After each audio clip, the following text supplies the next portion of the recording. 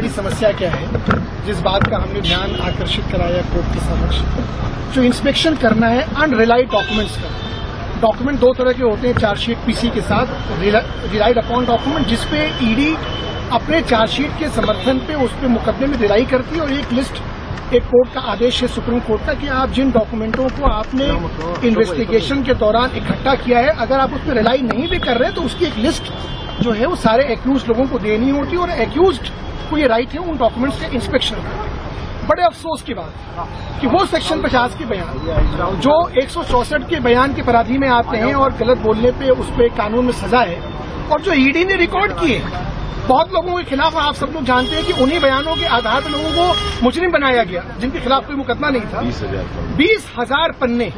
वो document ED जो है वो अनरिलाइड में लगाती है, और जब हम उसकी इंस्पेक्शन बहुत मर्जी के मशक्कत करके कोर्ट में एप्लीकेशन लगा के हम लोग उसको अलाउ करवाते हैं, कोर्ट हमें आदेश देता है, हम जाते हैं, तो जो हमारे कलीग्स वहां इंस्पेक्शन करने जाते हैं वहां 1.5 2 घंटे ईडी दफ्तर के बाहर इस धूप में बैठा रहे हैं वहां। तो अधिवक्ताओं का ये जो तिरस्कार हो रहा था, और जो साथ में जो एक्यूज्ड की राइट का हनन हो रहा था, उसको हम कोर्ट के संज्ञान में ले आए कि हम लोग मेल लिख रहे हैं, ये ईडी उसकी मेल का जवाब नहीं दे रही है, क्या ये कानून से बढ़े, क्या ये कोर्ट से ऊपर है। कोर्ट ने उनको आदेश दिया है आज कि आप हर मेल का आपको रिप्लाई लिखना पड़ेगा, क्या आज आना है तो भी लिखना है, नहीं आना है तो भी लिखना है। तो इस तरह की बहुत ओछी और छोटी हरकतें मैं कहूंगा। देखिए, मुकदमा लड़ने की एक गरिमा होती है, मुकदमे में एक्यूज को अपने राइट है, प्रोसिक्यूशन को अपने राइट है, पर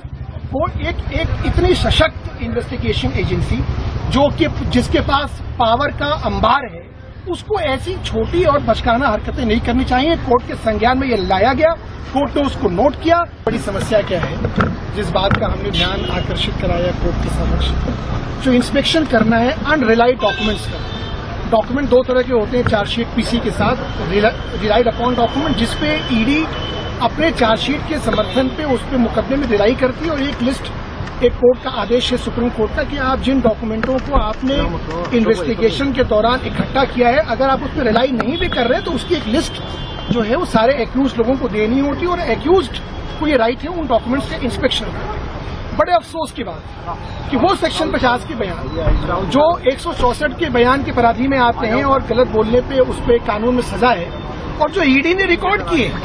बहुत लोगों के खिलाफ, आप सब लोग जानते हैं कि उन्हीं बयानों के आधार पर लोगों को मुजरिम बनाया गया जिनके खिलाफ कोई मुकदमा नहीं था।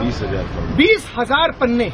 वो डॉक्यूमेंट ईडी जो है वो अनरिलाइड में लगाती है, और जब हम उसकी इंस्पेक्शन बहुत मर्जी के मशक्कत करके कोर्ट में एप्लीकेशन लगा के हम लोग उसको अलाउ करवाते हैं, कोर्ट हमें आदेश देता है, हम जाते हैं, तो जो हमारे कलीग्स वहां इंस्पेक्शन करने जाते हैं वहां 1.5 2 घंटे ईडी दफ्तर के बाहर इस धूप में बैठा रहे हैं वहां। तो अधिवक्ताओं का ये जो तिरस्कार हो रहा था, और जो साथ में जो एक्यूज्ड की राइट का हनन हो रहा था, उसको हम कोर्ट के संज्ञान में ले आए कि हम लोग मेल लिख रहे हैं, ये ईडी उसकी मेल का जवाब नहीं दे रही है, क्या ये कानून से बढ़े, क्या ये कोर्ट से ऊपर है। कोर्ट ने उनको आदेश दिया है आज कि आप हर मेल का आपको रिप्लाई लिखना पड़ेगा, क्या आज आना है तो भी लिखना है, नहीं आना है तो भी लिखना है। तो इस तरह की बहुत ओछी और छोटी हरकतें मैं कहूंगा। देखिए, मुकदमा लड़ने की एक गरिमा होती है, मुकदमे में एक्यूज को अपने राइट है, प्रोसिक्यूशन को अपने राइट है, पर वो एक इतनी सशक्त इन्वेस्टिगेशन एजेंसी जो कि जिसके पास पावर का अंबार है, उसको ऐसी छोटी और बचकाना हरकतें नहीं करनी चाहिए। कोर्ट के संज्ञान में ये लाया गया, कोर्ट ने उसको नोट किया।